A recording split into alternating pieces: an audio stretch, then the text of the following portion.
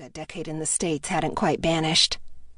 Her heart thundered, and fire skidded across her abdomen to flare deep. How was this even possible? She steeled her shoulders and approached the plane opening as if a bomb waited inside. So many thoughts rioted through her brain, she couldn't grasp just one. Warmth hit her first when she stepped inside, followed by another shock wave. "Deacon Devlin McDougal," she murmured.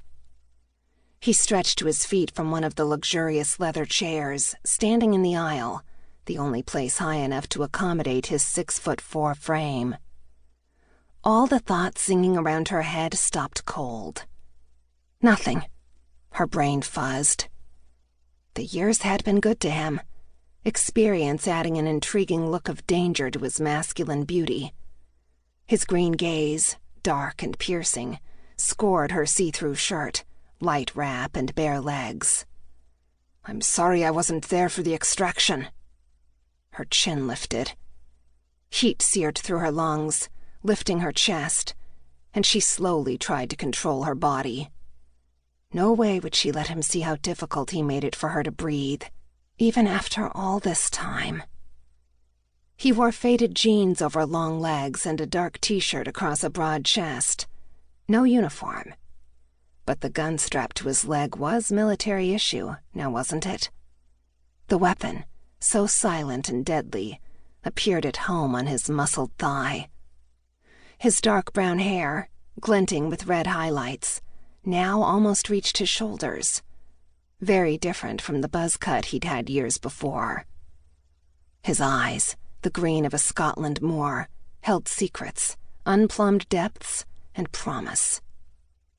Chiseled face, hard jaw, and definite warrior features proudly proclaimed his ancestry, and even now she could see the Highlander in him. The door banged shut behind her, and she jumped. He gestured toward the seat across from the one he'd occupied. The engines roared to life. She faltered. "Where are we going?"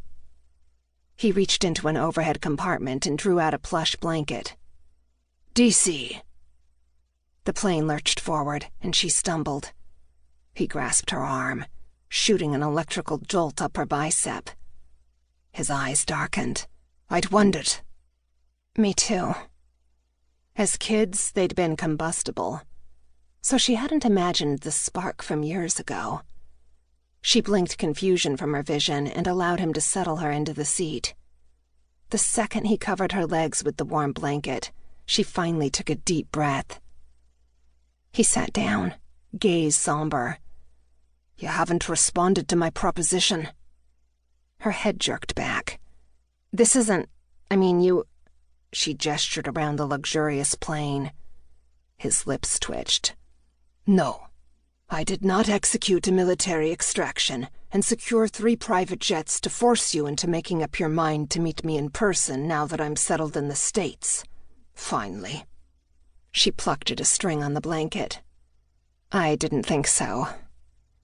They'd kept in touch through the years, and when he'd sent her an email 2 months ago saying he wanted to meet up with her, she'd needed time to think about it. I was hoping to use my vacation time in Hawaii to consider, well, us. Thoughtfulness, sexy and focused, crossed his rugged cheekbones. "I appreciate that. I've been wondering lately if I should have fought the divorce." Fought it 8 years ago? Surprise and a silly feminine hope flushed through her. They'd been married at 18 and divorced at 25.